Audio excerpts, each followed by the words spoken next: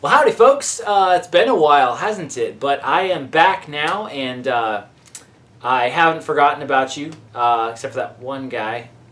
What was his name? No, I'm just kidding. I haven't forgotten about you at all.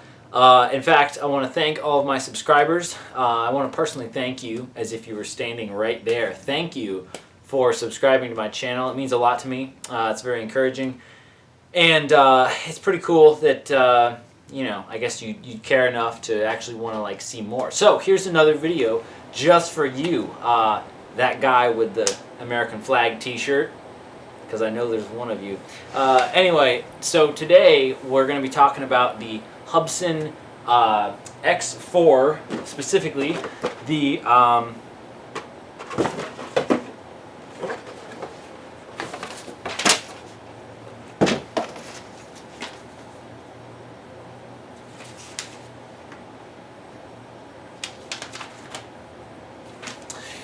H107L. And what this is, in case you don't know, although you really should know because otherwise you wouldn't be watching this video, this is a quadcopter, a remote-controlled quadcopter. This is I think this is the cheapest one in the Hubsan line of quadcopters. This one is, it cost me about $36 off of Amazon.com. And then an additional, I think about $5 or $6 for this rotor or prop guard you see here, which I recommend getting as well. Now, yeah, so let's just talk about this a little bit. I have never flown one of these before this one. This is my very first quad, and pretty much I've had a little bit of RC experience, but really not much at all. So I figured my experience as a first-time user person, RC controller person, might be helpful to you if you're thinking about getting one. If you are actually like thinking about getting one, I would say buy it. Buy this one. Buy it now. But you don't have to, you know, go crazy if you're just kind of looking. But this is a great, I think it's a great beginner model. And again, you know, what do I know? Because this is the first one I had, but I'm a beginner and it works pretty great. So anyway, that's basically the background of it. So let's actually talk about, you just got it, you're so happy, you're like, yes, I just got this box, I'm so happy, what do I do now? Well, first thing you should do, as usual, you know, blah, blah, blah, read your instructions and all that stuff. They talk about calibrating the accelerometer. And then they also say transmitter stick calibration. Honestly, I don't exactly understand what that means. I think with the accelerometer, what they're saying is, so I'll show you here, it's pretty cool. They make it so that it'll actually, it knows what is like level. Like, so it knows when it's level. So the angle that it's at right here, for example, if I put it at that angle and I calibrated it, it would fly so that it always, like, it thinks that that's level, so it's always going to fly straight, like, or you know, in a forward direction, because it's tilted that way, because it thinks that it's supposed to. So basically, when you start out, you want to put it on level surface, and then go from there. But we'll get into that. All right. So first thing, because I don't want this to be a super long video. First thing is, and like I said, read your instructions, but I'm just going to give you the basic gist of it. There's that, and then it comes with the battery. Now, let me just talk very quickly about batteries. You know, I know sometimes it can get boring. I get kind of turned off when it comes to like a bunch of electrical stuff, but I'm going to have to learn that stuff anyways. So here's the battery it comes with. It's very tiny. It's very small. And in case you don't know, like, so this is how big it is. It's very, very small. But I'm just going to set this here so you guys have something to look at. So you've got the battery, and then really all you have to do is hook up the battery to this. Okay, but the important thing about the batteries is this is a lithium polymer battery, okay? It's not your standard battery. It is a rechargeable battery. But just basically with these, you just want to be careful when you're charging it. I don't want to scare you because it's really not scary. It's just that if you like overcharge it for like a long time, I'm not exactly sure how long, but if you overcharge it, you know, it could just like burst into flames or something like that. Just little things. But also if you, so that's bad. But then, because it could like burn down your house. But if you over discharge it. So if you leave it in the your copter, or say it gets if you just forget about it, or if it gets stuck in a tree or something like that, it will just very slowly, just being on, it will drain the battery. So if you over discharge it, that means that your battery goes kaput, and you can't recharge it if you discharge it too much. Now the good thing is Hubsan was very smart about that, and when you get low on battery, you'll be able to tell when you're low on battery, because the inputs will be very rough, and like it'll be very hard to maintain a hover. So it shouldn't be too hard to tell anyway. But all 4 lights, these do have LEDs on it. That's the L model. All 4 lights start to blink. They go blink, blink, blink, blink, and then that lets you know you need to bring it back because it's about to die. So that's very good. Let's see here. We've got the transmitter, and you know it comes with extra props, which are great. I'm probably going to need to buy the crash pack that you can see on Amazon. It comes with the charger. It's a USB charger. Now, honestly, I'm not exactly sure. I don't know if it says it in the instructions or not. I'm not sure if it has the technology where it will stop charging even if it's plugged in. I don't believe that it does. If I'm wrong, please correct me on that. But so what I do is I just set a timer. I found that it takes about 1 hour. So I'll just once I fly this thing until the lights are blinking, I'll put it on the charger, set my iPhone for 1 hour, and then just go back and check it. And then after that, I'll check it like every 5 to 10 minutes, just to make sure that I don't overcharge it. And of course, you know, don't leave these charging while you're sleeping, or you know, overnight, or if you're gone from the house. You know, just like a stove. Treat it like a stove. That's exactly it. Sort of. Anyway, so and then you've got the transmitter here. This transmitter, it's just basically a basic transmitter. These buttons here on the side, or below and to the side of the sticks, are your trim. So what that basically means is if you feel like it is constantly flying, you know, forward in a forward direction, you can bring the, you know, set the trim so that it dials it back a little bit, so that it even if you're not so like when this stick is in the center and if it's still flying forward, you just bring the trim back a little bit, so put some back trim on there. I don't really use it too much because sometimes if it's not flying right, it's just pilot error. Okay, so then you've got your on switch here, very good, and then you've got this little screen. This little screen just tells you a little bit of things. That's all in the instructions. It's just kind of boring stuff. So put your batteries in your thing here, your transmitter. It takes 4 AAAs. Yeah, 4 AAAs. And then you, what you're going to do. Now, I think in the instructions it says, I think there's a spot where it says to power on your transmitter and then the receiver. And then there's another one where it says to power on the receiver before the transmitter. I've found that you do need to have the transmitter, being the what do you call this? I don't know. It's a transmitter. It's the thing with the sticks. The radio, the controller. Yeah. You need to power that on. So we're going to power that on. It's going to blink like that, and then it's going to blink. It's going to start blinking, and there will be a little noise that you'll hear when I turn this on, or when I plug it. So we're going to plug this in here. Blink. Okay, so it makes the noise. This light turns green. You want to make sure that your throttle control, which is set up for mode 2, which is just a certain way. It just means that these sticks do a certain thing when it's in mode 2, and if it's in mode 1, it does a different thing. Anyway, that's just, you know, that doesn't matter right now if you're just, you know, getting started. So the instructions say to like take the cable and kind of like stick it in there and then put the battery behind it. Yeah, that'd probably be best, but it doesn't really work for me. So what I do is I'm trying to get so you can see this here. So I just stick the, good grief, can you even see that? Yeah. Alright, so I just stick the battery in there, just like so.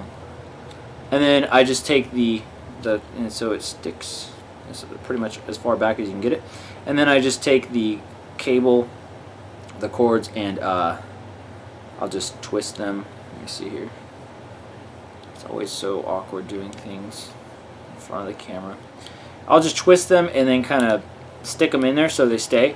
It's probably not the best method. I guess you could put a little tiny bit of tape or something if you wanted to, but I find that it stays in pretty well. The only concern would be if you crash it or something happens and the cables come out, they could get possibly cut by the prop. It is possible. Okay, so we've plugged in the thing. Now, one little thing first is straight out of the box. I think you could probably fly it around a little bit. That's what I did because I was kind of impatient. I didn't want to wait for the battery to charge. And I think that's okay. I mean, I did it. It worked fine. I'm not sure what the instructions say about that. They probably tell you to make sure it's charged. But in any case, yeah, you can just pop it in, fly it for a little bit. Now, what I would recommend, this is very important, so listen up. What I would recommend is going outside in a grassy area. Don't put this in the grass to start it because the props will hit or the rotors. They will hit the grass and stuff, and that's not good. But just put it on board or on cement to start to get it off the ground, and then just kind of get a feel for what how much throttle, what full throttle is like, how sensitive it is and stuff, and that way you can just pull the power out and just basically drop. And you shouldn't damage it at all that way, especially if you have the guard. I like the guard, especially for indoor flying. It's pretty important like that. It makes it a little heavier, but that's good because it's a little bit easier to control in some ways. So anyway, you want to do it outside, but honestly, I've done most of my practicing inside, either just because of wind or other conditions, but and air conditioning for one. It's really, really hot here. And what I would say is just keep it to a low hover. That's going to be about 50% power, and it will show you on the little screen. It'll show you like your power level, like 50%, 60%, etc. You're not going to pay much attention to that when you first start flying because you'll be looking at the thing. But just know that about 50% power keeps it at hover, and I'm talking like keep it at like a really low hover, like like this high off the table or whatever, and just kind of get a feel for what the controls do, left, right, front, back. The white props go on the front, by the way, and if you do happen to switch the props, I know this is a lot of info, but if you do happen to have to switch the props out, like if you say all the props come off or something like that because you crash, just check the manual and read which prop goes where, because they are different props. They don't spin. Let me see here. They don't spin exactly the same way. So all right. So first thing you need to do. So you have it set up. Maybe we're outside for our first flight. Now what you're going to want to do is what they call calibrating the accelerometer. So you want to take your left stick, and this is as it comes, from the factory in this mode. You want to take your left stick and you push it this way and to the bottom right corner, and then you take your right stick and you go back and forth horizontally right there. And then those lights are going to blink, and that tells you that it is set up to that this says that it's level. So you're basically telling the computer, hey, I'm on a level surface. This is how you should keep the power set, or this is what you should adjust the power settings for so it stays like that. Now the lights are on right now. To turn those off, just press the bottom. Let's see, it would be the throttle trim, but there's no actual trim for the throttle. So press this down arrow right here, hold it down until it turns off, and then it turns off. You're going to get more battery time without the lights on, but sometimes the lights help to kind of orient yourself about where it's going, and they're just cooler. So let's just bring this up to a low hover, and you'll just get a feel for it. But usually it's better to just bring it up and have it hover, but since we're going to do a low hover, we'll just kind of show you what that's like.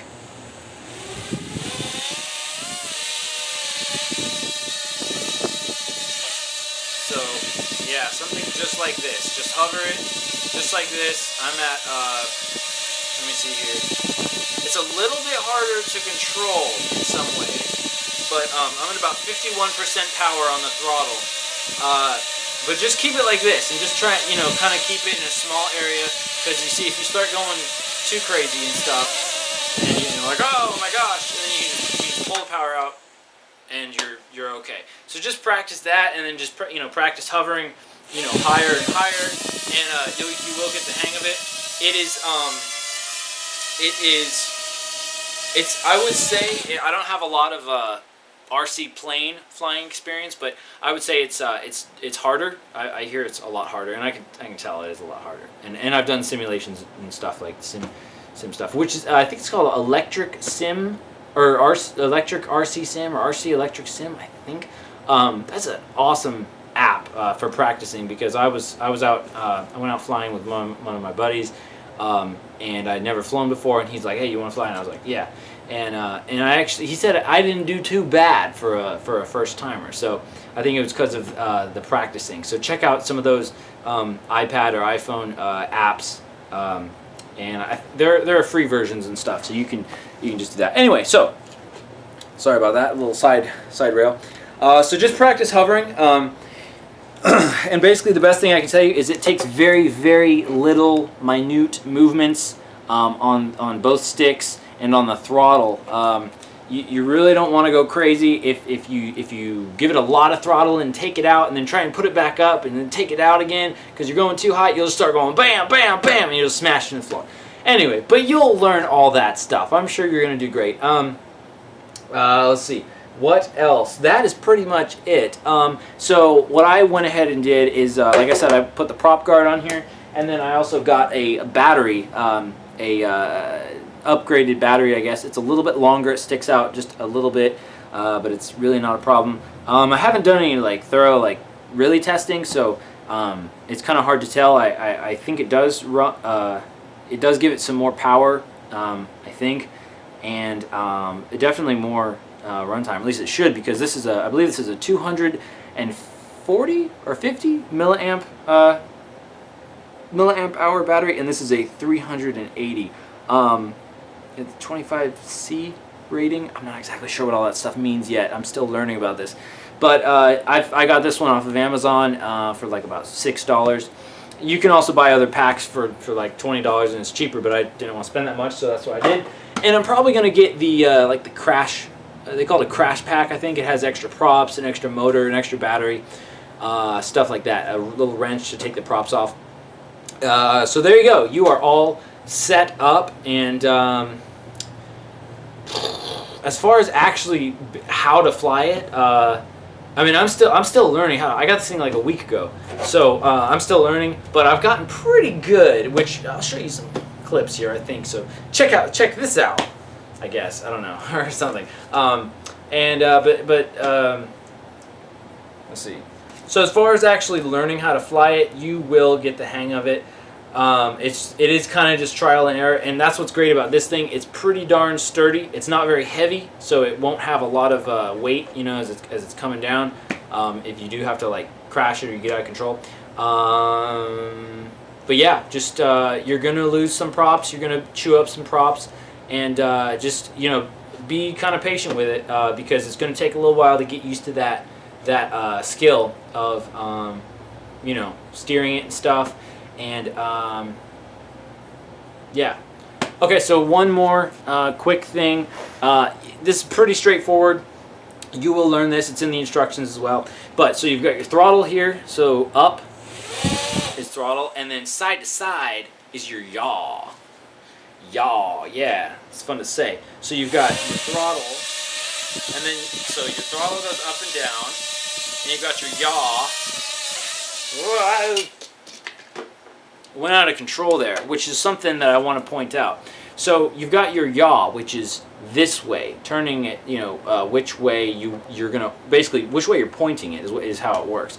And you got to be careful with that, because more experienced quad pilots, and I'm still learning. You can, you'll be able to turn and keep it straight, especially for FPV stuff. That's first-person view, which looks really cool. I'd like to get into that, but I wouldn't mess with the yaw too much.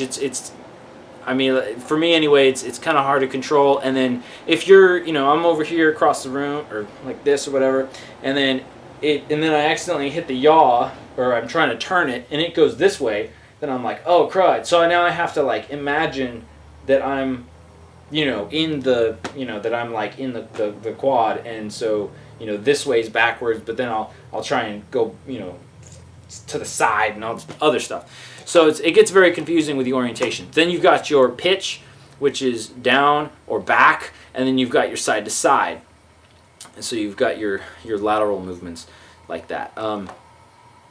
That's all there is to it. So like I said, this is a fantastic quad, I think, to first get into it.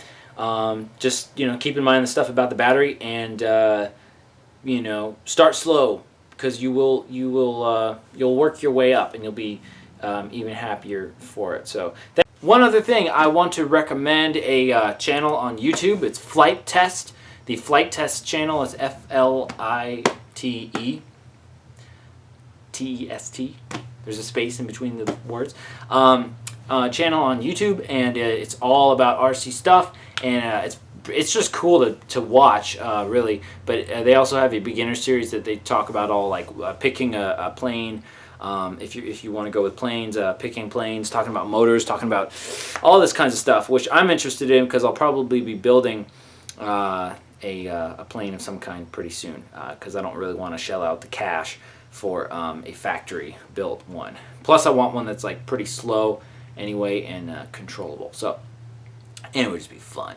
Thanks for watching, and hopefully I will put some more videos up soon.